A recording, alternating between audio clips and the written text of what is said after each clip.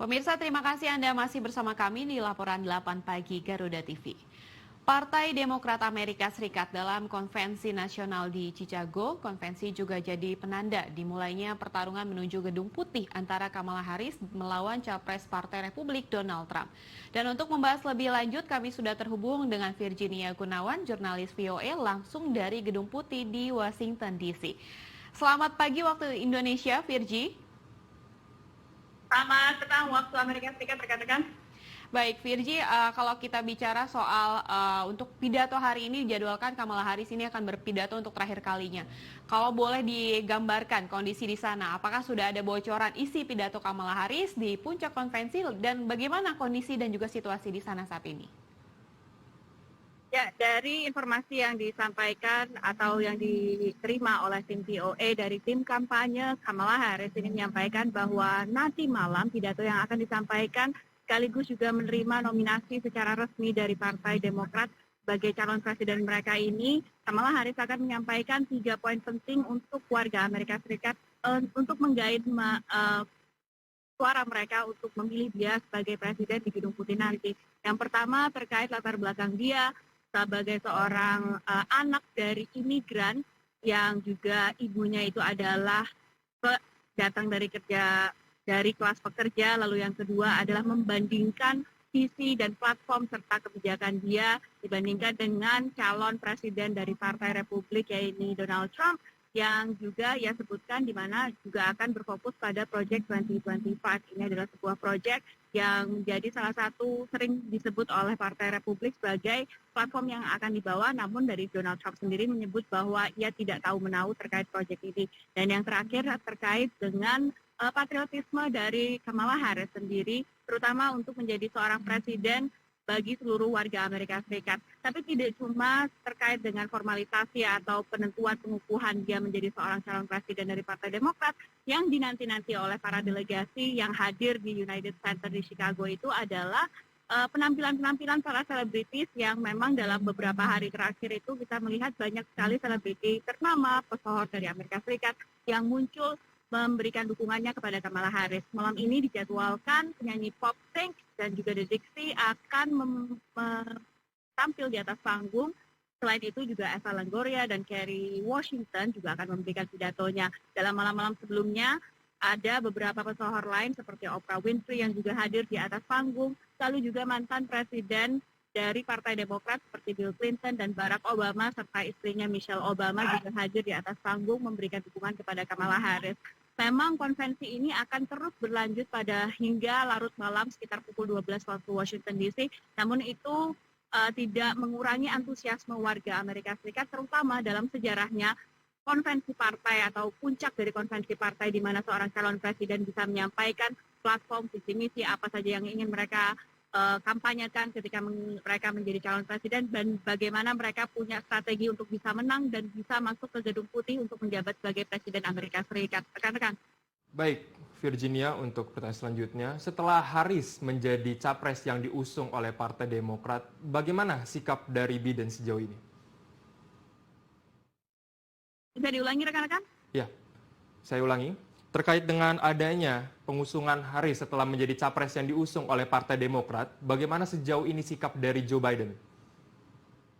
Kalau dari Presiden Joe Biden sendiri memang sudah mengukuhkan atau memberikan dukungannya kepada Kamala Harris. Ini memang juga sebagai wakil presidennya dan semenjak ia mengundurkan diri dari pencalonan sekitar 1 bulan yang lalu, Joe Biden ini memang memberikan dukungan yang cukup besar, termasuk juga datang ke salah satu kampanye yang dilakukan oleh Kamala Harris. Waktu itu ia memberikan kampanye dan Joe Biden juga memberikan dukungannya, hadir di kampanye tersebut dan juga berpidato untuk memberikan dukungan kepada Kamala Harris. Malam ini memang Joe Biden bersama keluarganya tidak berada di konvensi Partai Demokrat. Mereka itu sedang berlibur di Santa Barbara, California. Namun sebelumnya pada hari pertama konvensi nasional Partai Demokrat, Joe Biden memberikan statement atau memberikan pidato yang menyampaikan seolah-olah menyerahkan atau mengestafetkan baton atau mengestafetkan misi-misinya dia, terutama dalam pencalonan sebagai calon presiden dari Partai Demokrat. Di Gedung Putih sendiri memang Kamala Harris ini dan posisi dari seorang wakil presiden itu kerap kali tidak terlihat signifikan ya, karena mereka memang tidak ingin terlihat overshadowing atau menjadi membayangi atau mengambil alih posisi dari seorang presiden, dan Kamala Harris ini memang menjadi seorang wakil presiden yang banyak dipandang oleh warga Amerika Serikat yang lebih diam dan lebih banyak mengikuti platform-platform apa yang dibawa oleh Partai Demokrat sendiri. Namun secara utuh atau secara dukungan yang diberikan Joe Biden sendiri memang cukup solid terhadap Kamala Harris. Rekan-rekan. Baik Virginia, lalu kalau misal kita lihat sejauh ini bagaimana dinamika persaingan Harris dengan Trump? Dan kalau misal bicara soal elektabilitas, untuk saat ini elektabilitas siapa yang lebih tinggi, Harris atau Trump? Ya, ada beberapa jejak pendapat yang sudah diagregasi dan memang ini 1 bulan ya sejak pencalonan atau kita mulai mengetahui bahwa maksud saya Joe Biden, presiden petahana itu mundur dari pencalonan sebagai calon presiden dari Partai Demokrat, dan selama 1 bulan ini memang ada kejar-mengejar antara kubu kampanye dari Kamala Harris yang memang harus gencar atau cepat melakukan kampanye, mengejar ketinggalan apa yang yang sudah dilakukan oleh Donald Trump sebelumnya. Sementara juga dari kubu Donald Trump itu melihat adanya perubahan strategi yang cukup signifikan, terutama terkait dulunya yaitu melawan seorang kandidat atau calon presiden dari Partai Demokrat yang tua, yang sering digaungkan oleh tim kampanye dari Donald Trump ini adalah berusia lebih tua dari Donald Trump, lalu juga seorang pria berkulit putih yang memang sudah ada strateginya yang sudah ditupuk dan termasuk juga menjadi salah satu strategi Donald Trump untuk memilih wakil presidennya yaitu J.D. Vance. Namun dengan peralihan, dengan digantinya calon presiden atau kandidat presiden dari Partai Demokrat ini Kamala Harris, seorang perempuan yang berkulit coklat istilahnya di Amerika Serikat karena ayahnya itu berketurunan African American dan juga ibunya yang berketurunan India. Ini tentu mengubah strategi. Kalau kita lihat dari hasil polling sementara yang diagregasi oleh 538, ini adalah agregator polling nasional yang ada di Amerika Serikat, saat ini per tadi pagi Kamala Harris itu unggul sekitar 4 hingga 3 poin dibandingkan Donald Trump.